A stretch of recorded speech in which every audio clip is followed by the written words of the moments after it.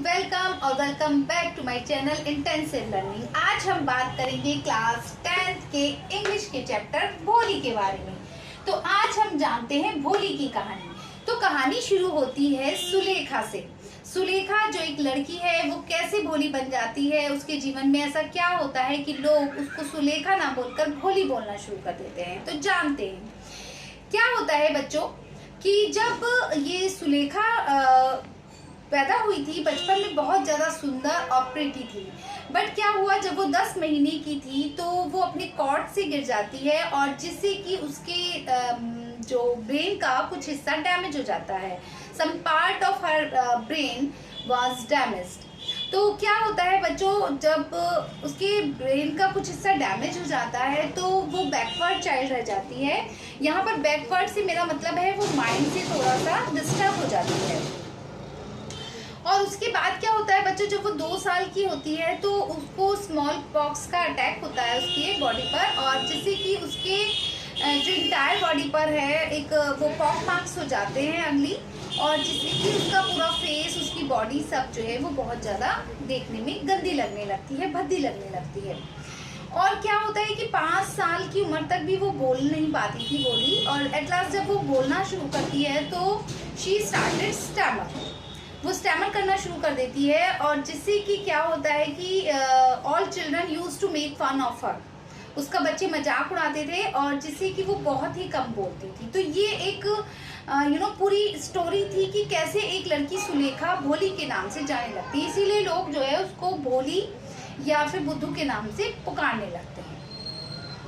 अब जानते हैं भोली की फर्दर लाइफ के बारे में। तो भोली जो थी वो किसान रामलाल की बेटी थी, और रामलाल के 7 बच्चे थे, जिसमें कि उसकी 4 बेटियां और 3 बेटे थे। और जो उनकी 4 बेटियां थी सभी भोली को छोड़कर सुंदर थी, स्वस्थ थी। और जो रामलाल थे वो भी एक प्रॉस्पेरस फार्मर थे, नंबरदार थे गांव के, और उनके घर में कोई भी ऐसी कमी नहीं थी खाने पीने की। तो सभी बच्चे स्वस्थ थे। बेटों को स्कूल के पाठशाला में भेजा गया, और उसके बाद में बाहर कॉलेज पढ़ने के लिए भेजा गया। और जो उनकी बड़ी बेटी थी राधा, वो उसकी शादी हो चुकी है। उनकी जो सेकंड बेटी है मंगला, उसकी शादी तय हो चुकी है और उसकी शादी होने वाली है।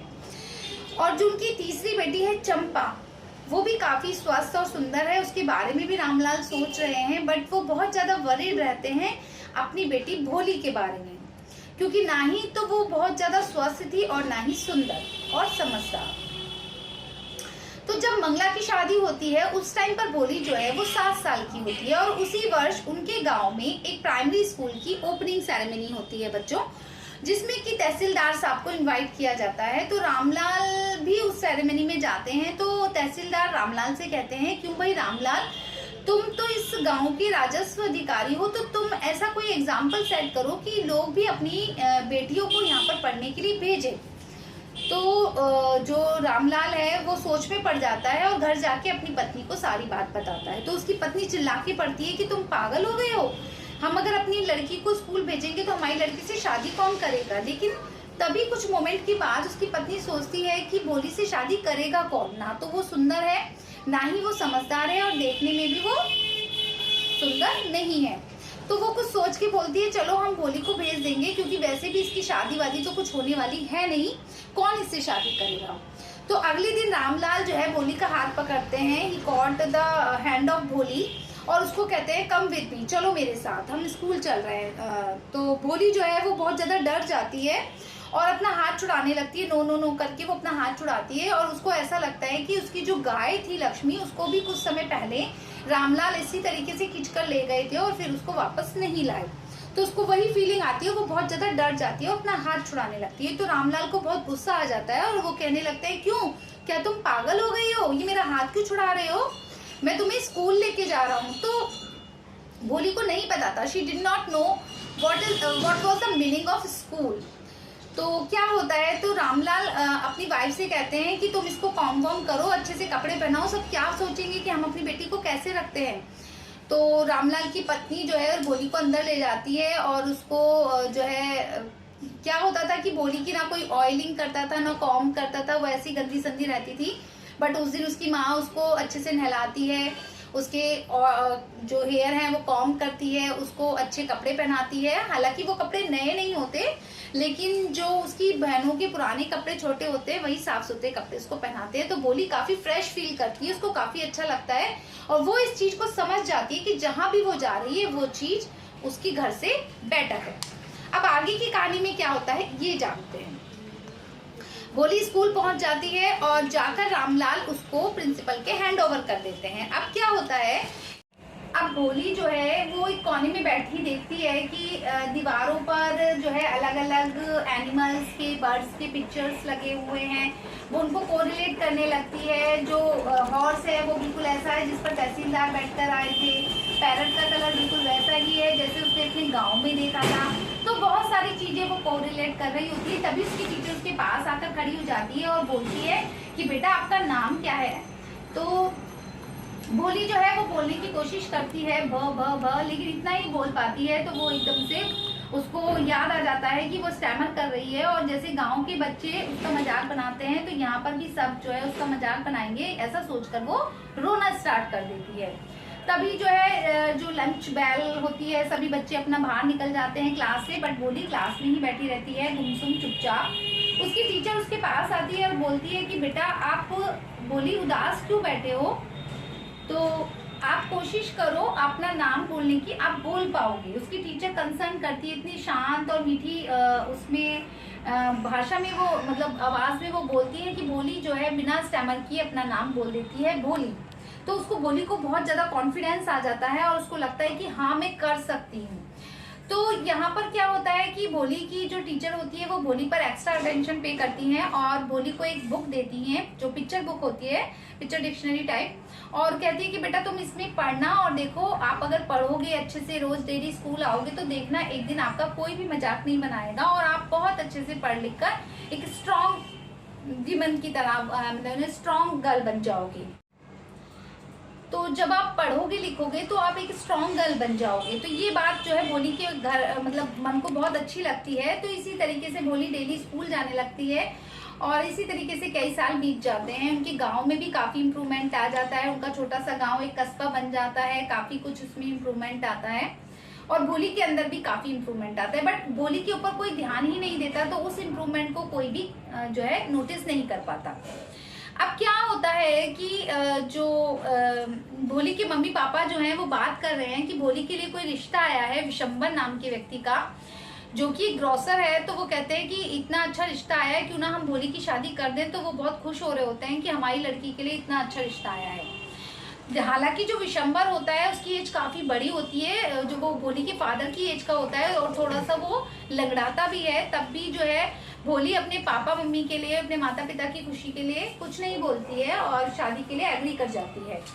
अब शादी का टाइम आ जाता है। अब जो है भोली अच्छे से तैयार हो रही है, भोली को तैयार किया जा रहा है और इधर जो है विशंबर वो भी बारात लेकर आ जाता है। तो जब जयमाला का टाइम होता है और जो विशंबर है वो उसके हाथ में जो है गार्लैंड है, मतलब माला पहनाने के लिए। तो कुछ जो औरतें होती हैं वो भोली का वेल जो है वो उठा देती हैं। तो जब विशंबर भोली को देखता है तो वो एकदम से बहुत ज़्यादा चौंक जाता है और कहता है कि इतनी अगली लड़की से मैं शादी नहीं करूँगा अगर तुम मुझे शादी करने के लिए 5000 डाउरी नहीं दोगे।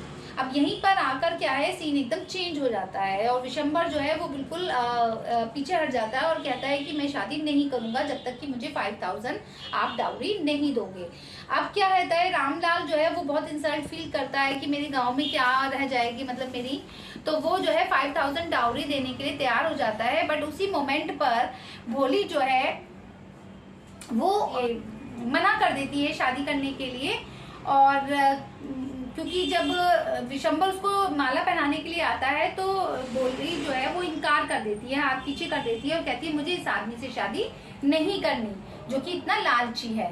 तो यहाँ पर जो है गांव की सभी औरतें जो हैं वो बात बनाने शुरू कर देती हैं कि कितनी तो ये क्रूप है, कितनी अगली है और कितनी बेशरम है। इसको अपने मम्मी पापा की, अपने माता पिता की बिल्कुल भी परवाह नहीं है और कैसे बोल रही है लड़की।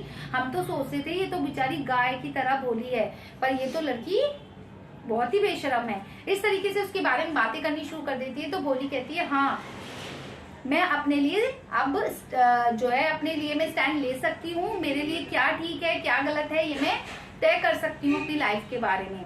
तो अब क्या है कि यहाँ पर एक सीन जो है वो बहुत ही नोटिस करने लायक है कि जब रामलाल अपनी बेटी से बोलते हैं कि सुलेखा अब तुम क्या करने वाली हो, अब तुम्हारा क्या होगा। तो यहाँ पर देखिए उसके पापा उसको भोली नहीं सुलेखा के नाम से पुकारते हैं। तो यहाँ पर जो है सीन चेंज होता है, यानी उस एजुकेशन ने भोली को स्टैंड कर दिया होता है। वो अपने अच्छे बुरे के लिए वो स्टैंड कर सकती है, बोल सकती है कि उसको अगर कोई चीज अच्छी लग रही है तो हाँ या ना में वो उसको रिप्लाई कर सकती है। तो यहाँ पर क्या होता है कि भोली जो है वो अपने टीचर की साइड देखती है और टीचर भी ये सारा ड्रामा जो है बहुत शांति से देख रही होती हैं। तो जो टीचर होती है वो भी एग्री कर रही होती है कि जो भोली कर रही है वो बिल्कुल ठीक है, और टीचर के फेस पर एक प्राउड वाली फीलिंग होती है। और वो फीलिंग ऐसी होती है जैसे कि एक जो कलाकार है जब वो अपनी पूरी कृति को बना लेता है तो जैसे वो सेटिस्फेक्शन फील करता है, वही सेटिस्फेक्शन की फीलिंग, प्राउड की फीलिंग उसके टीचर के फेस पे होती है कि जैसा वो भोली को बनाना चाहते थे, सुलेखा को बनाना चाहते थे, सुलेखा वो बन चुकी है। तो यहीं पर आकर हमारी ये स्टोरी एंड हो जाती है। तो बच्चों आपने देखा कि एजुकेशन के माध्यम से कैसे एक लड़की भोली अपने आप को स्टैंड करती है और इतना बड़ा डिसीजन अपनी लाइफ का वो लेती है।